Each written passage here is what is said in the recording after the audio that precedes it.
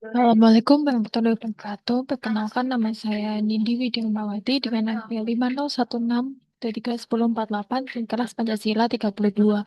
Di sini saya akan menjelaskan terkait observasi praktik etika nilai-nilai Pancasila. Itu etika bermedia sosial sebagai aktualisasi nilai-nilai Pancasila dengan studi kasus menghargai perbedaan pendapat serta menolak hoax dan ujaran kebencian di ruang digital masyarakat. Nah, di sini aku menjelaskan terkait mengapa topik ini itu penting. Ada 3 poin utama, yaitu yang pertama, media sosial sudah menjadi ruang komunikasi yang masif bagi masyarakat.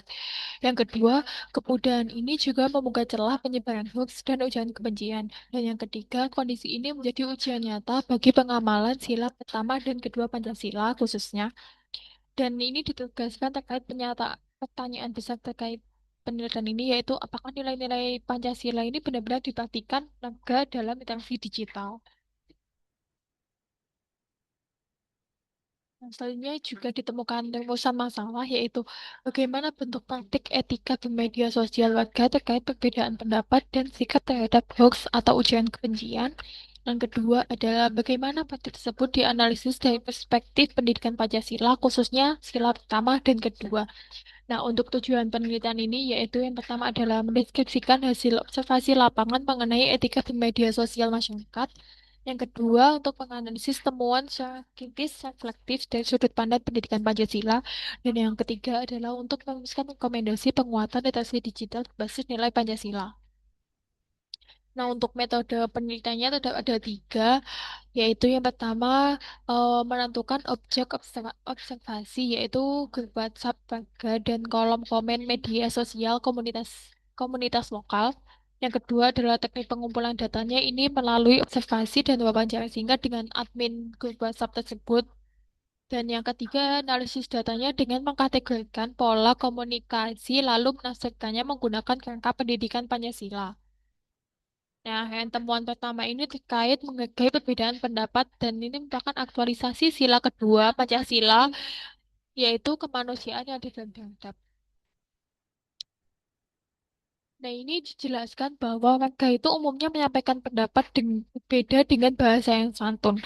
Admin Group ini juga berperan aktif menangani diskusi yang cukup memanas, namun masih ditemukan kasus saling menyindir terkait isu-isu politik. Nah, selanjutnya juga ditampilkan terkait poin penting bahwa mayoritas warga bersikap santun dan menerima perbedaan pandangan. Nah, selanjutnya ada temuan kedua, yaitu terkait sikap terhadap hoax dan ujaran kebencian. Ini merupakan aktualisasi sila pertama dan kedua sila Pancasila. Ini juga membandingkan dua ruang digital di grup itu di grup WhatsApp itu yang sifatnya lebih tertutup dan warga itu beraktif mengklarifikasi informasi sebelum menyebarkannya dan hampir tidak ditemukan ujaran kebencian.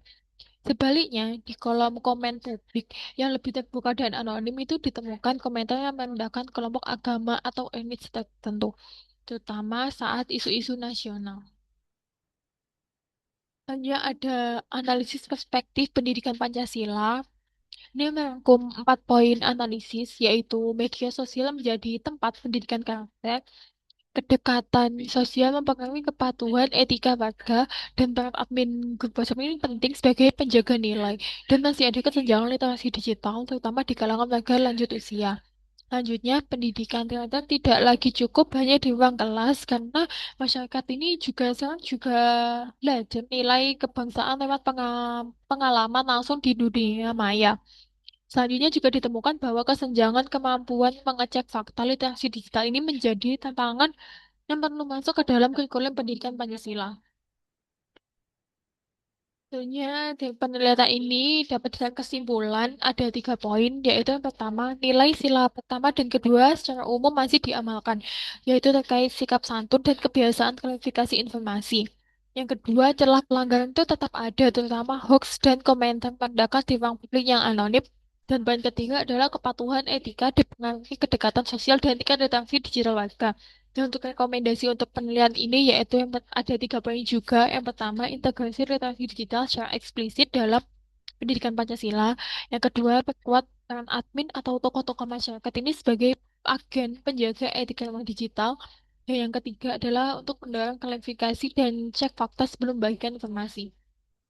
Itu merupakan slide saya. Kurang lebihnya mohon maaf. Wassalamualaikum warahmatullahi wabarakatuh. Atas nama Kak Mulia.